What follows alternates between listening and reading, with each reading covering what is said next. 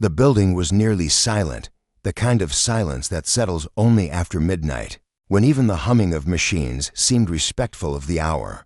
Overhead lights had dimmed to their motion sensor glow, casting long shadows along the gleaming hallways of Hartwell Tower.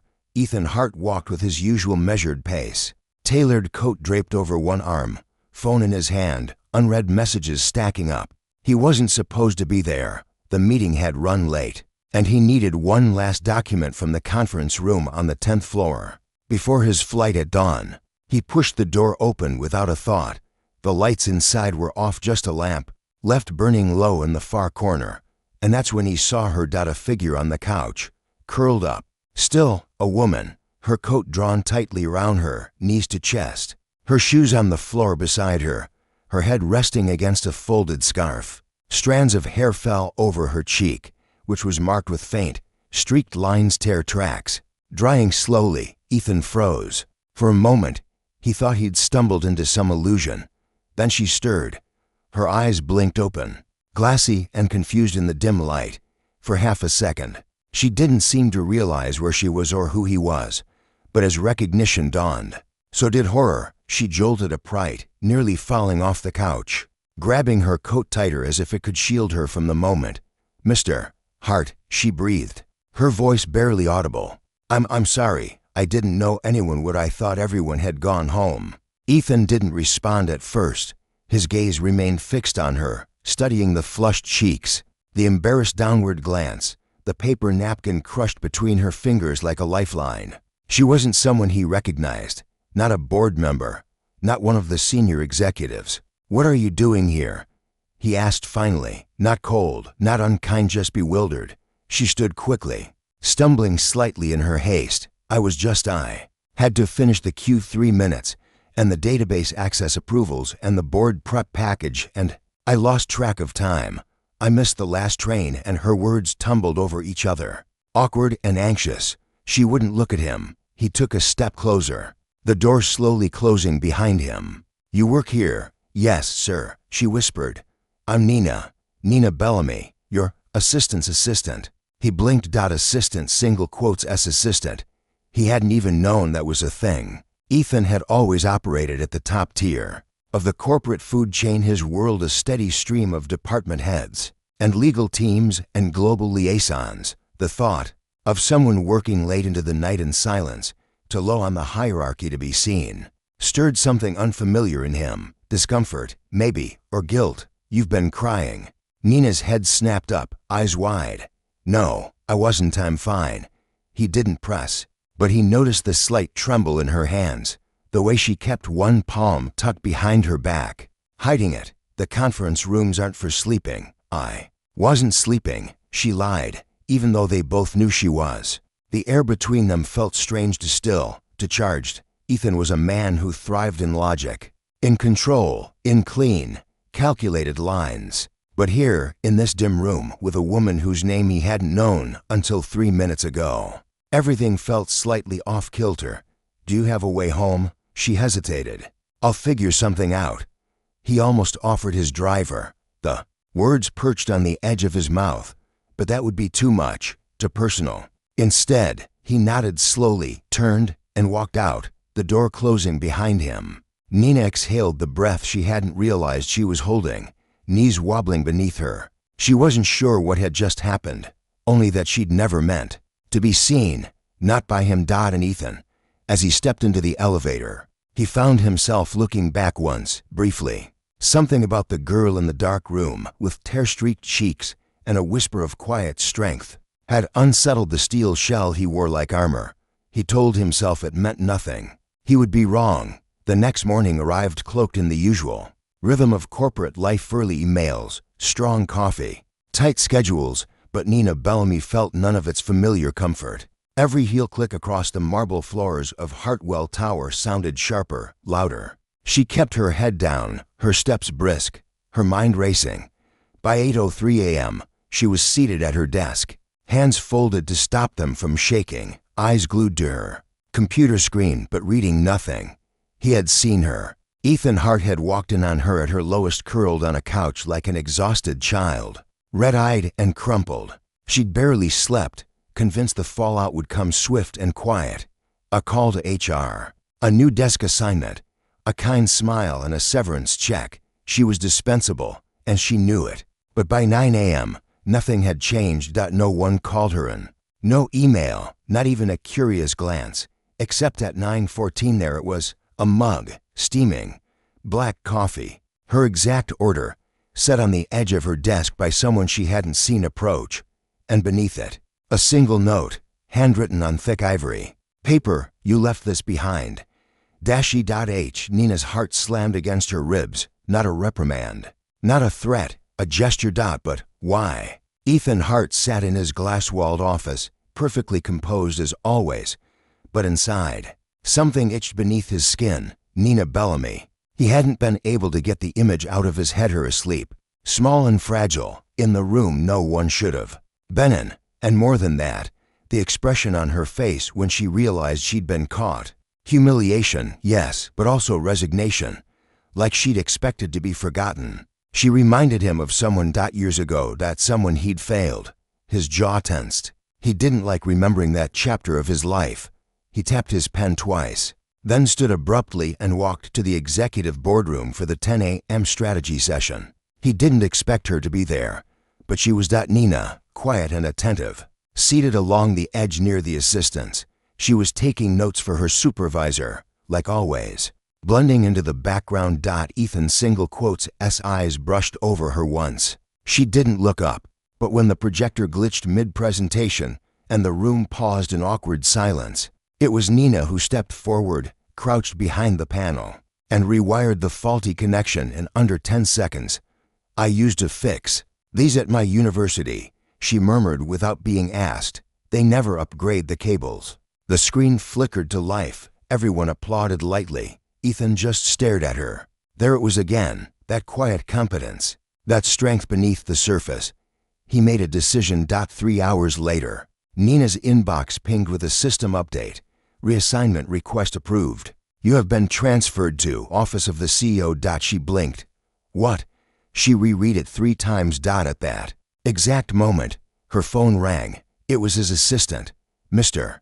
Hart would like you to begin assisting directly with executive operations, starting now. Her first thought was panic. Her second, this is a mistake. Her third, she didn't even get to have, because the elevator was already rising toward the top floor. Ethan barely looked up when she entered, only gestured to the seat across from him. You're not being punished, he said simply, as if reading her mind.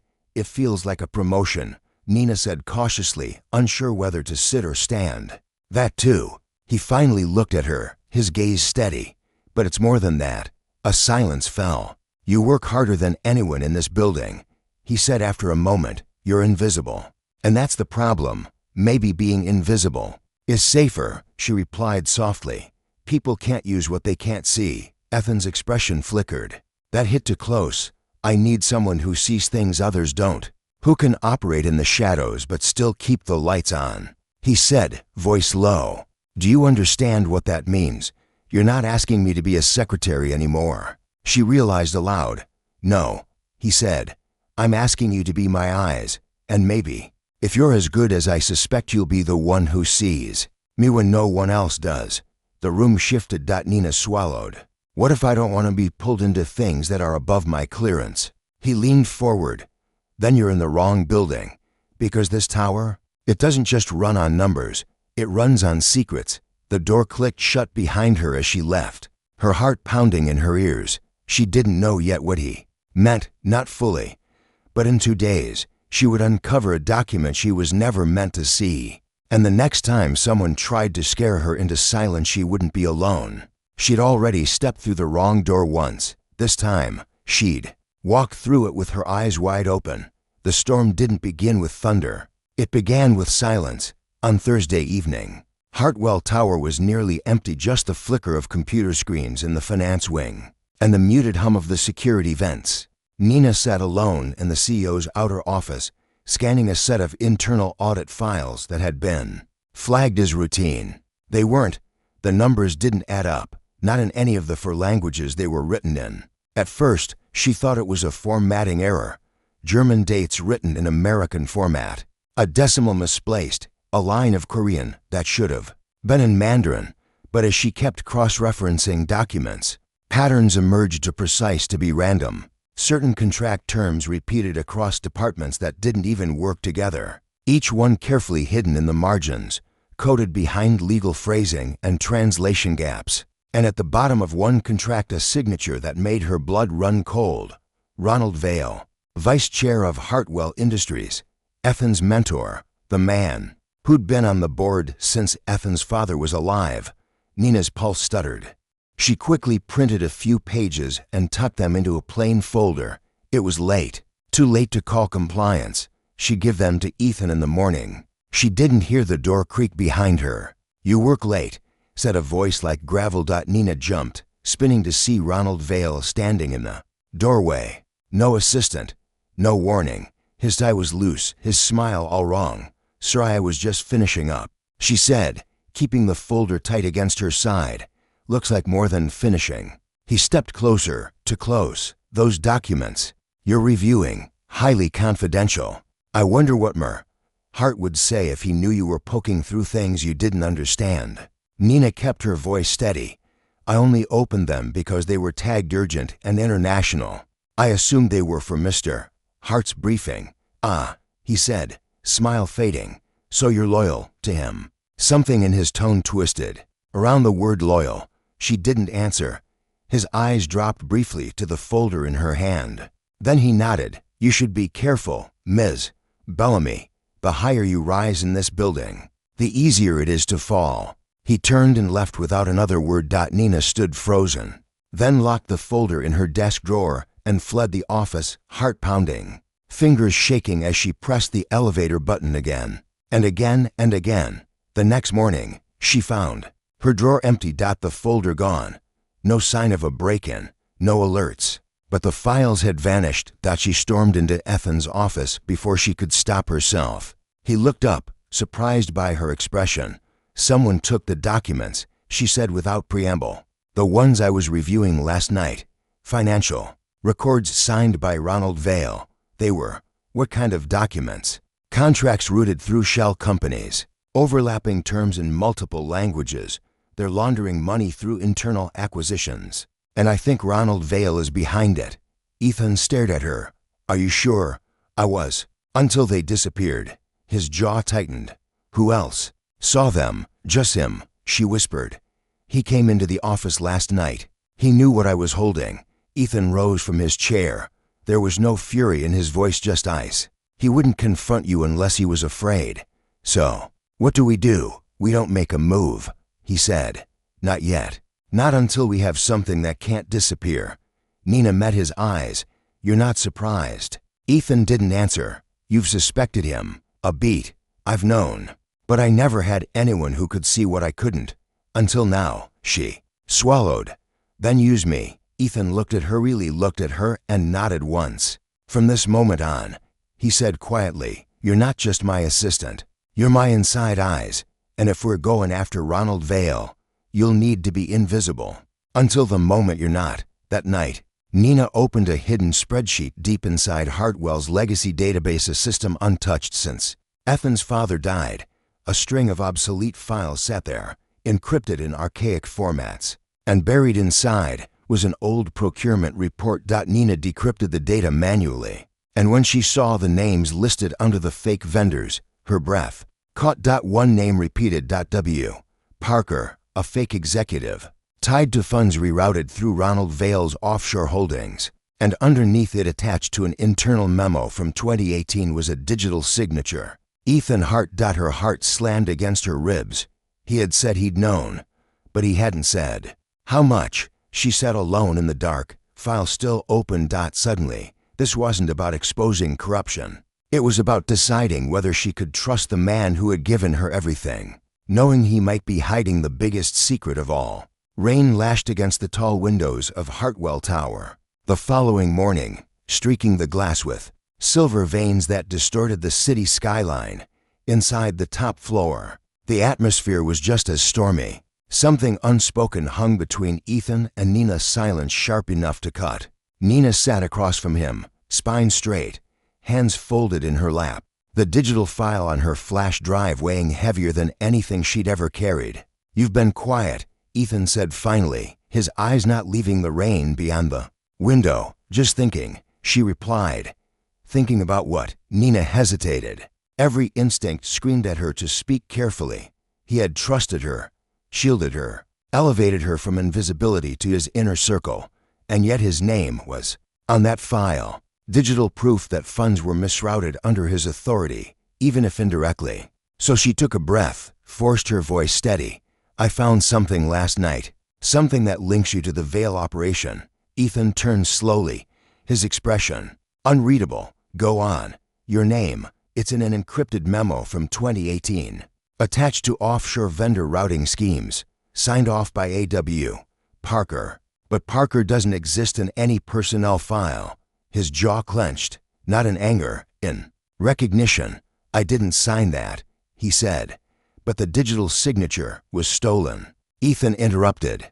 "Cloned during a board system breach 5 years ago. The same breach that nearly cost me this company.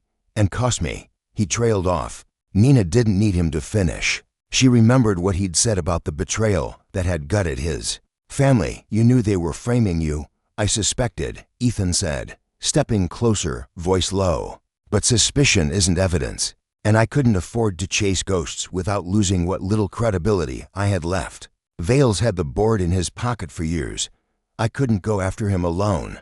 Nina exhaled, not from relief but from clarity. This wasn't a game. It never had been. "Then we go after him together," she said, "but carefully, because he knows I saw something. And if he went as far as breaking into my drawer, he'll go further." Ethan gave her a grim nod. "We need a witness, someone who worked in systems security back in 2018. Find them, quietly." The lead took them to a named Taylor Ginn, a former cybersecurity analyst who vanished from Hartwell's employee roster. The same year as the breach, all records showed she resigned voluntarily, but her exit interview? Blank. No logs, no archived exit footage. Nina tracked her to a tiny tech repair shop in Brooklyn, buried behind a pawn shop and a boarded-up coffee bar. The woman behind the counter looked over her glasses with suspicion. "I told Hartwell I was done," Taylor said, arms crossed. "You people don't scare me anymore. We're not here to threaten you," Nina said, stepping forward. "But you need to know something. The same man who ruined your life tried to destroy mine. And he's not finished." Ethan remained silent, his presence quiet, but commanding. When Taylor's eyes finally met his, something in her softened just slightly. "He cloned my signature," Ethan said. "Buried fake vendors under my name. Made it look like I was in on it. If we don't stop him, this company will belong to him within the year." Taylor hesitated, then nodded once. "I have something, a backup. I kept it off-grid.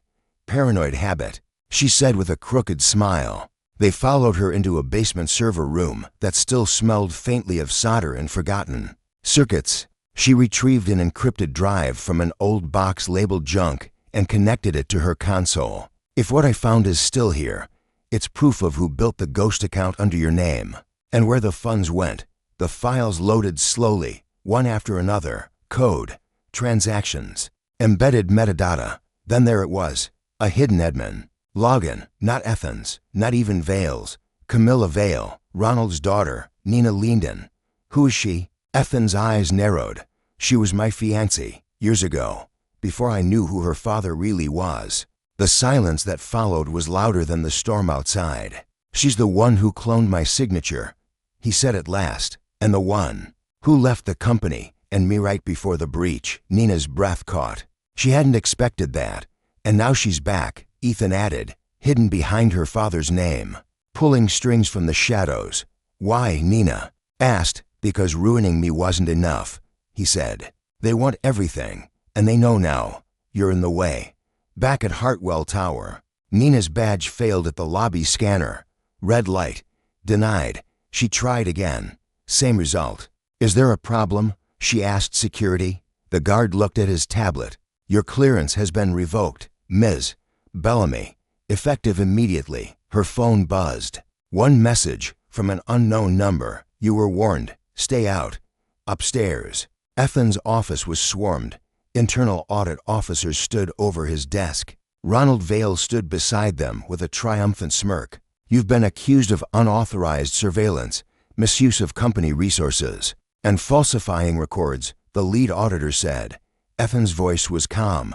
"Do you have proof?" Vale tossed a flash drive onto the desk. "We do now." But what he didn't know was this: Nina had already backed up everything. And she wasn't going to run. She was going to fight. Because Ethan might have been the one they framed, but she was the one they underestimated, and that mistake would cost them everything. The rain had stopped, but the storm was just beginning. Nina stood outside Hartwell Tower, her breath visible in the early morning chill. Her access badge, once a symbol of belonging, now sat useless in her coat pocket.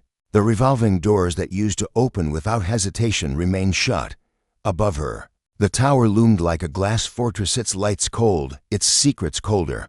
But she wasn't leaving. Not yet. Her phone buzzed again, an encrypted message from a dummy email she and Ethan had set up weeks ago. "Phase 1 begins. Rooftop, 8 o'clock. Come alone. Bring the flash drive." She glanced at her watch, 7:47. Meanwhile, 45 floors above, Ethan Hart stood motionless as corporate auditors ransacked his office. Every drawer, every hard drive, every encrypted file was being logged, copied, and sealed for investigation. Ronald Vale stood off to the side, arms folded, a smile carved into his face like stone. "How the mighty fall," he murmured, too softly for anyone but Ethan to hear. "You should have stayed quiet, retired early, built yourself a quiet life. But no, you had to go and drag that little assistant of yours into something bigger than she could handle." Ethan didn't look at him. "Not yet. You made a mistake, Ronald," he said coolly. "You taught her the rules, but you never taught her what to do when she rewrites them." Ronald's smile faltered. Nina reached the rooftop precisely at 8 and the city stretched around her, silent and vast. Steam curled from the metal vents as the wind bit at her coat. Across the rooftop stood a figure in a white wool coat and black gloves, Camilla Vale, the woman Nina had only seen in one photo buried in an archived Hartwell holiday newsletter. The forgotten fiancée, the ghost who had once stood at Ethan's side and who now stood in his way. "I didn't think you'd come," Camilla said, her voice a soft echo against the skyline. Nina kept her face still.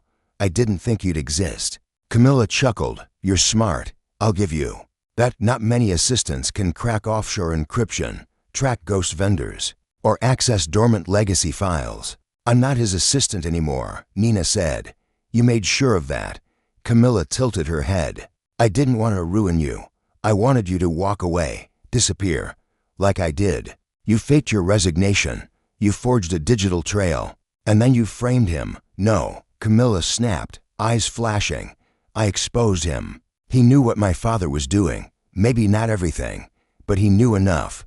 And he said nothing. Just like he did when our company burned. Just like he did when my mother begged for the truth about the fire that took her brother's life." Nina blinked. "Your uncle." Camilla took a deep breath. "Ronald covered it up. Insurance fraud. Decades ago, Ethan's father made a deal, and my mother died believing her brother had caused it. Himself. And Ethan, he buried the past. Like they all did." Nina stepped closer. "You want revenge? Fine. But don't twist this into justice. You're doing to Ethan what your father did to your uncle. Burying the truth under more lies." Camilla's jaw clenched. "I'm fixing the system from the inside. By hacking innocent people's files. By leveling the playing field." Nina reached into her coat pocket, pulled out the flash drive, the real one, encrypted with every digital trail, every transaction, every name. "This contains proof that your father used your name to cover his own trail. He betrayed you, too." Camilla hesitated. The wind tugged at her coat, her hair. Nina pressed on. "Help us expose him. Not with shadows, not with code. In the boardroom, on record. Bring your real name back into the light." Camilla looked down at the drive. For a moment, the rage in her face flickered, replaced by something sadder, older. "What do you think he'll do to me?" Camilla whispered. "What he always does," Nina said. "Hide behind someone else, unless we stop him." A long silence. Then, Camilla reached out and took the drive. 9 a.m. Hartwell boardroom. Ethan walked in flanked by legal counsel. Ronald Vale sat at the head of the table, relaxed, confident.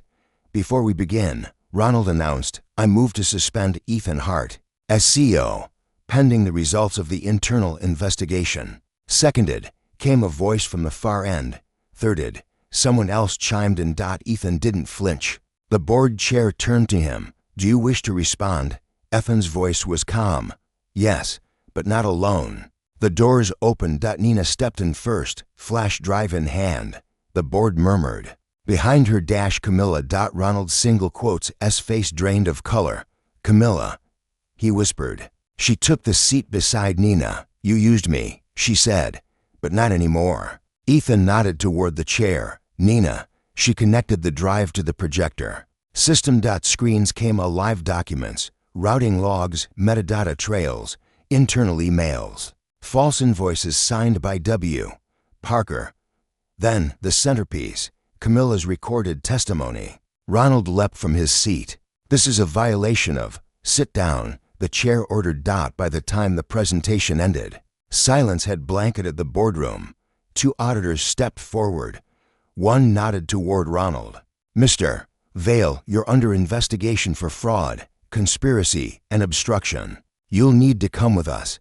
As security led him out, his eyes locked on Ethan's. You think this saves you? He growled. The truth is a weapon, boy. Use it wrong, and it cuts you. Ethan didn't respond. He didn't need to. The board turned to him. Hart, the chair said. Pending vote, you're reinstated immediately, and we suggest you take a few days to breathe. He nodded. I will. His eyes found Nina across the room. Not just gratitude there. Something deeper. That night, he found her alone in the server archives, deleting the last trace of W. Parker from the system. So, she said without looking up, still want me as your eyes and ears? He stepped closer. No, I want more than that. She paused, turned. I want to rebuild this place from the ground up, he said softly. No secrets, no shadows, and I want you next to me, as my partner, in business, in everything. Nina didn't speak. She didn't need to. She walked into his arms. And this time she wasn't the one walking through the wrong door. She was exactly where she belonged. The weeks that followed were not peaceful. Hartwell Tower stood tall as ever, but its foundations had been shaken. News of the boardroom coup spread through media outlets like wildfire. Ronald Vale ousted in fraud. Scandal. CEO cleared by explosive testimony from former insider. Hartwell under reconstruction, leadership, loyalty, and legacy. Investors panicked, employees whispered, and rivals circled like sharks sensing blood. But behind the headlines, behind the carefully managed press conferences and damage control interviews, something deeper was happening. Ethan Hart was rebuilding not just the company, but himself. And Nina Bellamy was no longer watching from the shadows. On a cold Tuesday morning, Nina stood in front of the executive design suite, an empty floor that had been sealed since the original Hartwell architectural team was disbanded after the data breach years ago. She held a folder in her hands. Blueprints, her own. The door opened behind her. You're early, Ethan said. I couldn't sleep. Me neither. They stood in silence for a moment. The kind that didn't need filling. Then she opened the folder. You said you wanted to rebuild this place with transparency, with vision, she said. Well, this is my vision. A physical redesign of the CEO suite and board levels. No more frosted glass. No more locked offices. Open structures, light, flow, accessibility. If we're going to change the culture, it starts with what people walk into every day. Ethan flipped through the plans. Her sketches were meticulous, bold, but warm, honest. You were meant to do this, he said. I almost didn't, she replied. I almost stayed silent, kept my head down, let the powerful decide what truth looked like. He looked up. But you didn't. No, she said, because someone finally saw me. Their eyes held. It was no longer unspoken, the tension between them. It had grown into something solid. Something real. But just when the dust seemed too subtle, new tremors arrived. Camilla Vale disappeared. She didn't attend the final deposition. Her phone went dark. No digital trail. No known flight. Gone. Then Nina found a letter taped to the underside of her office chair. There are still names you haven't seen. People deeper than my father. Hartwell is only the first crack. The real fracture is coming. Stay sharp. Nina read it 3 times. The handwriting was unmistakable.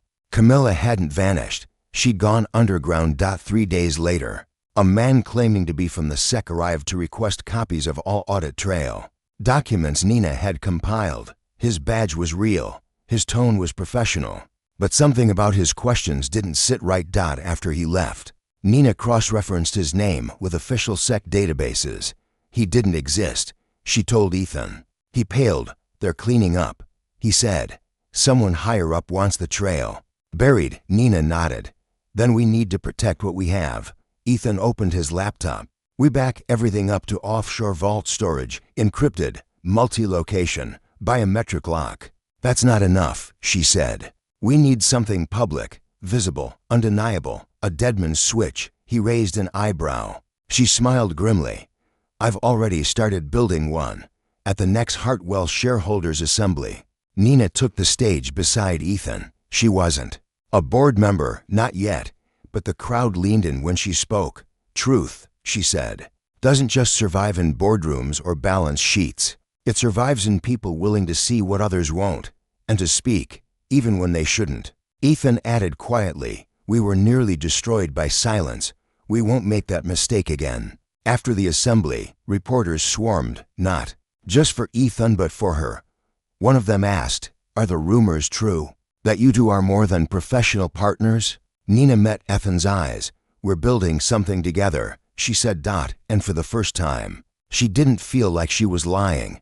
But the most powerful moment came not in a boardroom, or a press event, or a rooftop conversation. It came on a rainy Sunday evening, months later, when Nina stood alone at the top of Hartwell Tower, staring out over a city still learning how to listen. She was waiting. For what? She wasn't sure, until the elevator opened and Ethan stepped out, soaked from the storm. You're late, she said. I had to find something first.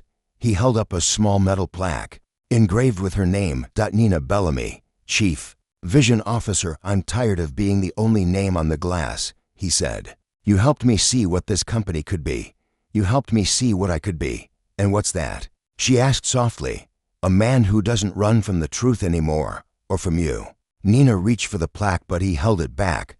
One more thing, he said. I want you to build more than a company with me. He dropped to one knee. She blinked. Ethan, I'm not asking you to leave your past behind, he said. I'm asking you to help me build our future. Tears blurred her vision. Yes, she whispered. But before she could kiss him, the rooftop door banged open. A courier stood there, panting. Urgent delivery, he said. For Nina Bellamy. She took the envelope. Inside was a photo. Grainy, time-stamped. Of Camilla Vale. Sitting at a table. Across from a U.S. senator. Ethan read over her shoulder. Nina looked up, her heart racing. This isn't over, she said. Ethan's expression hardened. No, he said.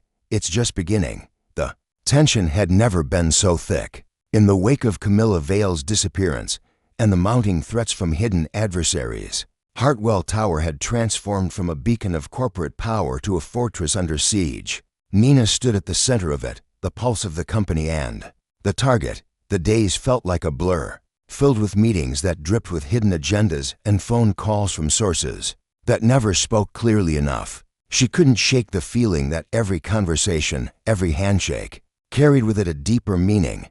Ethan had pushed her into the heart of Hartwell's operations. But now, it seemed the more she uncovered, the more dangerous the game became. It started with an invitation.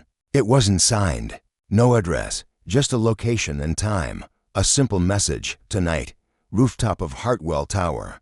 Come alone. Nina felt the weight of it. A test, a challenge. Whoever was pulling the strings wanted to see her reaction, to know if she was brave enough to walk into the lion's den. She told Ethan nothing. There were still secrets he hadn't shared with her. Secrets that were too dangerous to discuss openly. They'd built something real between them, yes, but the shadows surrounding Hartwell were deeper than either of them had anticipated. When the elevator doors opened, Nina stepped into the cool night air of the rooftop. the city sprawling beneath her like a distant world. The lights of downtown shimmered, but the sky above was heavy with clouds, threatening rain. She wasn't alone. Across the expanse stood a figure, cloaked in shadow, facing away from her. The unmistakable figure of Camilla Vale. "I knew you'd come." Camilla's voice rang out, distant and knowing, as if she'd expected this moment long before Nina had even considered it. "Where have you been?" Nina asked, her voice steady, but laced with the need to know. "Why disappear?" Camilla turned slowly, her eyes flashing in the dark. "Because the storm is coming, Nina. You have no idea how deep this runs. My father's empire, this company, it's just the surface. The people pulling the strings don't care about balance sheets. They care about power, control, and you're playing in their playground now." Nina's heart raced, a mix of fear and determination flooding her veins. She had no idea what Camilla was getting at, but she was sure of one thing. This was about more than revenge. This was about something far darker, something older. "Why are you here, then?" Nina asked, stepping closer. "Why show yourself?" "Because," Camilla said, taking a step forward, "I've been running, hiding, trying to fix what my father broke. But I can't. We can't fix it alone. Not anymore." A cold gust of wind swept over them, carrying the scent of rain. Camilla glanced up, her expression unreadable. "What do you want from me?" Nina demanded. Camilla's eyes softened for the first time since they'd met. "You want to save this company? Save your future?" she said, her voice almost a whisper. "Then you need to see who's really in control." Before Nina could respond, the sound of footsteps echoed behind her. She spun around to find Ethan standing there, his silhouette outlined by the dim city lights. "Ethan," she said, shocked to see him. His eyes were hard, scanning the rooftop with an intensity that made the air crackle. "She's right," he said, his voice quiet but firm. "We've been dancing around the truth for too long. You need to hear what Camilla's been trying to tell you, because it's bigger than us." Nina looked between them, confusion clouding her mind. "What do you mean? What truth?" "The senator you saw in the photo," Camilla said, stepping forward again. "He's not just some politician. He's one of the architects of the operation that's been controlling Hartwell and many others. The real people who've been pulling the strings." Ethan nodded, his face grim. "The senator's been in bed with Vale for years, and now he's working to destabilize everything because if Hartwell falls, they'll have control over everything." Nina's blood ran cold. "Control over what?" "Everything," Camilla repeated. "Every industry, every market, every political figure. This isn't just about Hartwell. It's about a global power shift." Nina couldn't process it all. She felt dizzy, as if the ground beneath her was shifting, the walls closing in. She'd been thrust into a battle that was much bigger than she ever imagined. And now, the enemy wasn't just a rogue CEO. It was a shadowy network, an empire, built on lies and corruption, pulling every string in the background. "You're telling me we're up against a syndicate?" Nina asked, her voice trembling. "Yes," Camilla said, "and they've been preparing for this moment for a long time. They won't stop until they own it all. And if we don't expose them, they'll destroy everything we've worked for." Ethan stepped closer, his voice low. "I know what we have to do, but it won't be easy. We need to go public, to tear down the walls of secrecy. We need to put the pieces together and show the world the truth. But we're already a target." Nina said, "This isn't just about me or you anymore. This is about everyone who works here, everyone we've ever known. That's why we have to act fast." Camilla said, urgency in her tone. "We have to hit them where it hurts. Expose their corruption before they have time to silence." U.S. Nina swallowed hard. "How do we even begin?" "We start with their weakest link," Camilla said. "The senator. He's the key to everything." Ethan looked at Nina, his gaze intense. "We're going to have to use everything we have, every connection, every piece of information. And we need you, Nina. You're the one who can put the puzzle together." Nina's heart hammered in her chest. This was it. The moment she had feared. The moment they would either stand together and face the storm or fall under its weight. "Then let's do it," she said, her voice resolute. "We take them down once and for all." But as she turned to walk back into the tower, something caught her eye. the reflection in the glass doors, the shadow of someone watching them. A figure, dark, indistinct, fading into the night. Someone else was watching, and they had already made their move. The days that followed were a blur of frantic activity. Hartwell Tower hummed with an energy it hadn't seen in years. What had once been a carefully curated machine of business was now a battlefield, and Nina Bellamy stood at the heart of it all. Every step, every decision, felt like a gamble, but this was the moment. Everything had led up to this, every risk, every betrayal, every secret uncovered. She stood in the small office that had once been an empty shell, now converted into a war room. Large monitors blinked with data from across the globe, financial transactions, political maneuvers, encrypted emails that made no sense until they were pieced together. At the center of it all was the final key, the senator, the one man whose name had been linked to every piece of the puzzle, every conspiracy that ran beneath Hartwell's polished surface. Ethan was there, of course, working alongside her, his usually composed demeanor now tinged with an edge of raw urgency. They had built something more than just a partnership, more than just a company. They had built a revolution, but now the final act was upon them. And it was no longer just about saving Hartwell or even their own futures. It was about exposing the truth to the world, regardless of the cost. Nina's single quotes S fingers hovered over the keyboard, her mind racing. The information they had gathered carefully, relentlessly, was almost enough. Almost, they were close, but there was something else, something she hadn't quite seen. She could feel it in her bones. Double quotes Nina. Ethan's voice cut through her thoughts, low and steady. Are you sure about this? Once we hit send, there's no going back. She looked at him, her heart pounding. They were staring down a tidal wave, and they both knew it. The world wasn't ready for the truth they were about to expose. Not the people at the top, not the people whose names had been buried in these documents for so long. Once they made the first move, they'd be the targets. Every secret they had unlocked would be weaponized against them. I'm sure, she said, her voice stronger than she felt. We've come too far to stop now. If we don't do this, nothing changes. We don't just have a chance to destroy their system of power, we have a chance to rebuild everything, honestly. Then let's finish it. The files were ready, every shred of evidence, every connection, every damning piece of proof was compiled into one massive dossier, linked to off-the-books transactions, shadow companies, coded meetings in foreign countries, names of politicians, CEOs, international figures who had all been part of the same web. And at the center of it all, the senator.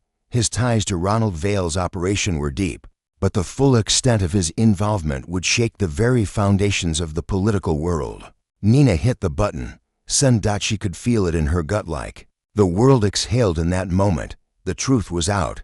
It was no longer in their hands. It was in the world's.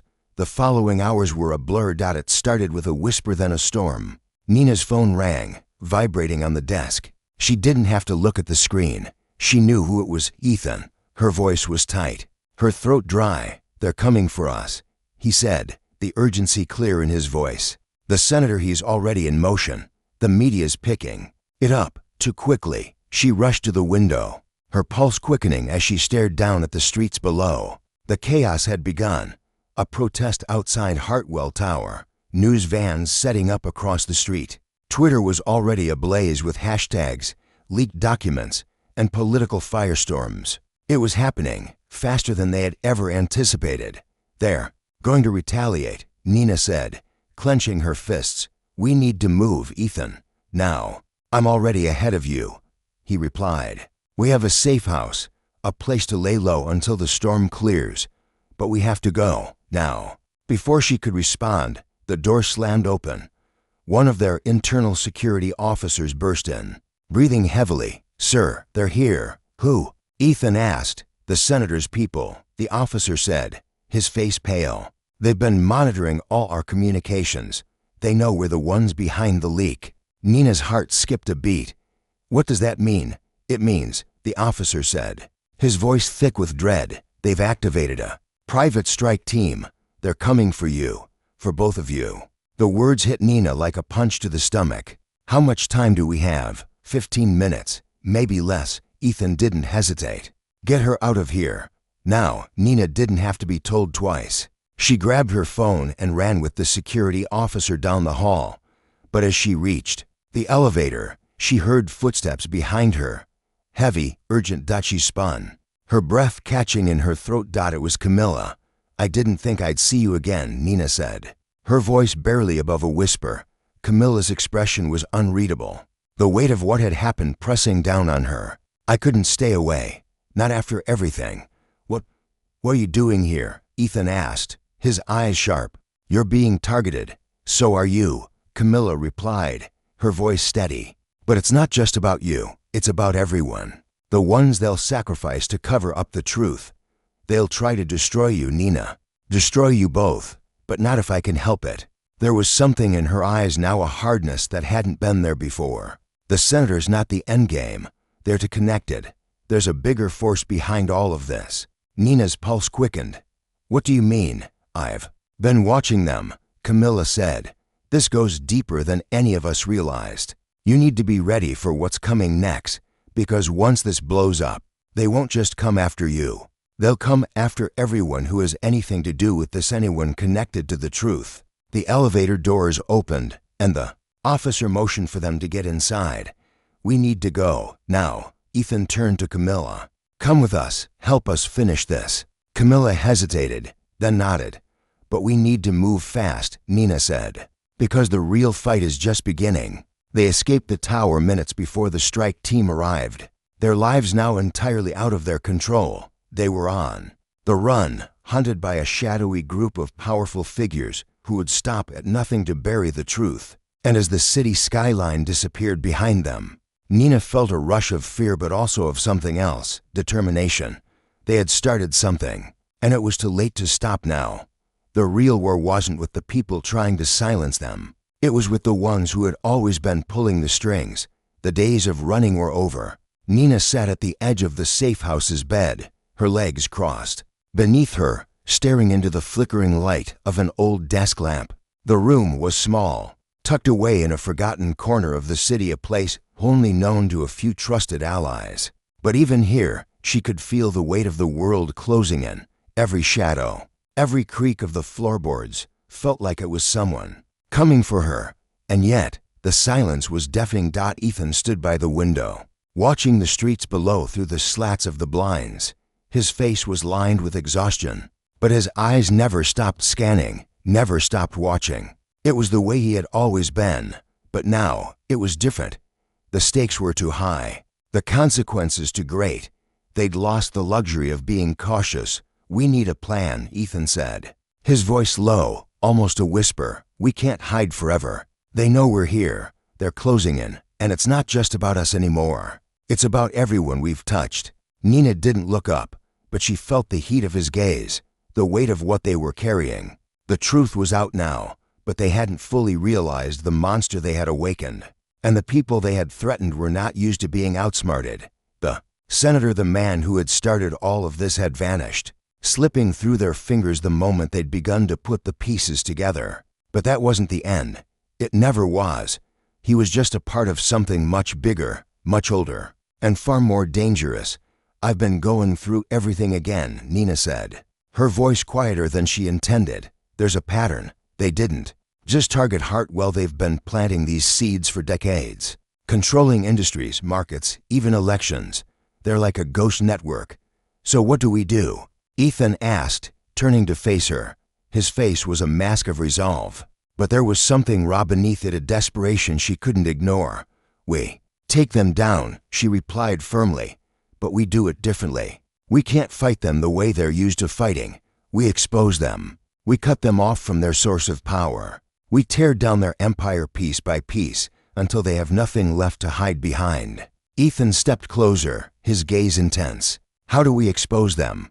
Who do we trust now?" Nina stood, meeting his eyes. "We don't trust anyone who's too close to them. We take the people in the middle, people like Camilla, and we turn them. We find the ones who are scared, the ones who still have something to lose. We turn them into allies." "And Camilla?" Ethan asked. There was a strange hesitation in his voice, something he hadn't voiced until now. "Camilla's complicated," Nina said.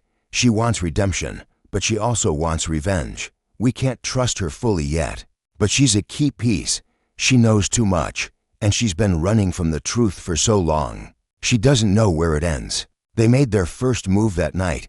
The safe house was now their base of operations. But they needed more than just data. They needed to get to the heart of the system inside the syndicate itself. They needed to cut through the layers of corporate fronts, political allies, and shadowed figures who ruled in silence. And to do that, they needed to strike where it would hurt most. The financial infrastructure that held everything together. Nina's fingers danced across the keyboard, each keystroke bringing her closer to the heart of the syndicate's operations. She was digging into their funds, following a trail of untraceable wires, offshore accounts, and shell corporations. She had to be careful, though. One wrong move, one wrong click, and they would lose everything. Nina, Ethan's voice broke. Her focus. She looked up to see him standing in the doorway. His eyes narrowed. "We've got company," he said.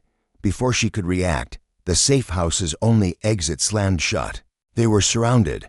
The sound of footsteps echoed in the hallway, growing closer. Nina's heart raced. The truth had been exposed, but it was no longer just about power. It was about survival.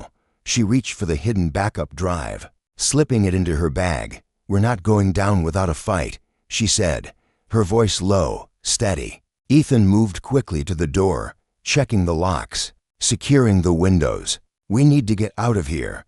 Now." Nina shook her head. "Not yet. We're not running. Not this time." The footsteps stopped outside the door. For a moment, the world was suspended in breathless silence. Then the door creaked open, and Camilla walked in. Her expression was unreadable, but there was no mistaking the steel in her eyes. She moved with purpose, stepping inside without hesitation. The guards behind her were tense, but they didn't raise their weapons. "You didn't think you could hide forever, did you?" Camilla's voice was calm, almost resigned. Nina stood, still holding her ground. "You don't get to play both sides, Camilla." "I'm not," she said, her voice colder than Nina had ever heard it. "I'm just surviving, and you're both in my way. But you've got one last chance to do this right. Take it, and maybe we all make it out alive." Ethan stepped forward. "We're not making deals, not with you, not with anyone." "Then you're already dead," Camilla replied. A beat of silence passed before Camilla's cold gaze softened. "Just a fraction. You don't understand. They're too powerful, too ingrained. They've already put the pieces in motion to erase you both. Everyone you've trusted, everything you've built, it's about to be torn down. If you want to stop it, you have to strike first. Now." Nina looked at Ethan, her heart pounding. "She's right. We don't have time for a plan. We have to go straight for the core, the Senator's network.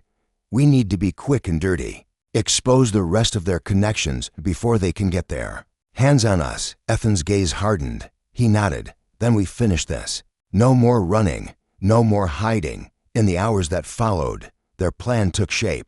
Camilla became an unwilling but necessary ally. Her knowledge of the syndicate's operations gave them access to the most critical pieces of the puzzle. The Senator, once thought untouchable, had been exposed, but it wasn't enough. They needed more. They needed to take down every last shadow that controlled this empire, piece by piece. They had one shot, one strike to make, and the next move had to be perfect. As dawn broke, the final phase of their operation began, and with it, the final battle for truth and for their survival began to unfold. The storm had come.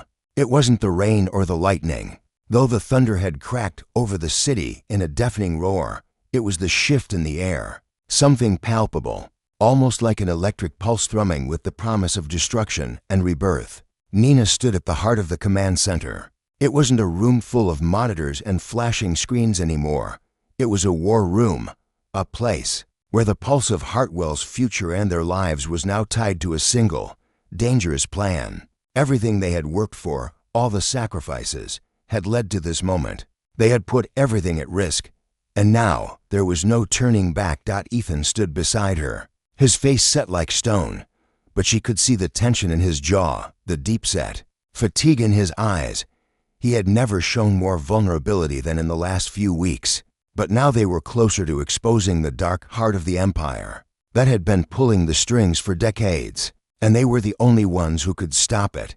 "We need to be in motion by sunrise," Nina said, her voice sharp but controlled. "We're going after the senator. After every connection we've linked to him, if we don't move fast, they'll silence us, and this never sees the light of day." Ethan didn't look at her, but his grip tightened on the files in his hand.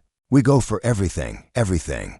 We expose the senator's ties to Vale, to the syndicate, the financial backing, the political deals, the companies they've manipulated. All of it. We hit them so hard they can't run, can't bury it." "And Camilla?" Nina asked, her eyes narrowing. "She's with us now," Ethan said, voice clipped. "We don't have a choice. If she's lying, we'll know soon enough." "She's been hiding in plain sight this whole time," Nina said. "We can't afford any more secrets." There was a long pause before Ethan spoke again. "We don't get a second chance. This is it.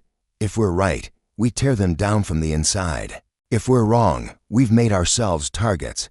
But we're playing for keeps. They'll either back down or we'll destroy their empire." Nina's heart beat faster. The weight of the choice was crushing. Everything she had built, everything she had worked for, now it all depended on the next few hours. They moved quickly, their plan already set in motion. Nina, Camilla, and Ethan had all taken on roles in the carefully crafted deception. It wasn't just about exposing the senator or breaking open the financial webs. It was about timing, about hitting them where they couldn't recover. They had to move like shadows. The first strike came before dawn. Camilla, with her insider knowledge, led them to an old, abandoned warehouse near the docks, a place that had once been used for shady backdoor deals and illegal trade. It was the perfect place to catch the senators off the record meetings, a meeting that would expose him for everything he was. Ethan and Nina were already in position. Camilla, under the guise of being a trusted ally to the senator's inner circle, was ready to leak the final piece, the one thing they had yet to confirm: the connection between the senator's political reach and the shadow syndicate that had been orchestrating everything from behind the curtain. They were waiting, all of them, silent, each breath measured, each heartbeat a countdown to something that could either shatter their lives or save them. Nina checked her watch. 5:47 a.m. then. Through the cracked window, she saw the first car pull up. A sleek, black sedan, the senator's entourage. "It's starting," Camilla whispered. The door opened, and the senator himself stepped out, flanked by two bodyguards. Nina felt her breath catch. The moment had arrived. "Remember the plan," Ethan said, his voice low. "Get the files, get the recordings, and get out. We expose this, all of it. There's no going back. This will take them down." Nina nodded, her stomach a tight knot. She had to trust Camilla, trust that this wasn't just another trap, trust that, finally, they had reached the endgame. The senator entered the warehouse, followed by his men. Nina and Ethan moved into position, blending into the shadows. Camilla, inside the warehouse, was already moving to intercept him. Inside the warehouse, Camilla spoke first, her voice smooth but urgent. "I've got what you wanted," she said to the senator, handing him a small, secure drive. "But you're going to owe me more than this." The senator's eyes narrowed, but he accepted the drive, a smile curling on his lips. "You've done well, but you know what happens if you cross me again. You're too deep in this now to back out." Camilla leaned in, her voice cold. "This isn't just about your little games anymore. This is about my future and yours. Just..." Then Nina and Ethan emerged from the shadows. Ethan moved with practiced precision, locking eyes with the senator. "Your future's about to be a whole lot more complicated." "You're too late," the senator sneered, drawing a sharp breath. "Do you really think you can stop me, after everything I've built?" Ethan smiled, a cold, dangerous smile. "No, Senator, but we can expose you, everything, every dirty deal, every contract, every person you've ever corrupted." The senator's face twisted into a snarl. "You think the world will care about your little accusations? You think you can bring me down with a few documents?" Before he could move, Camilla's voice cut through the tension.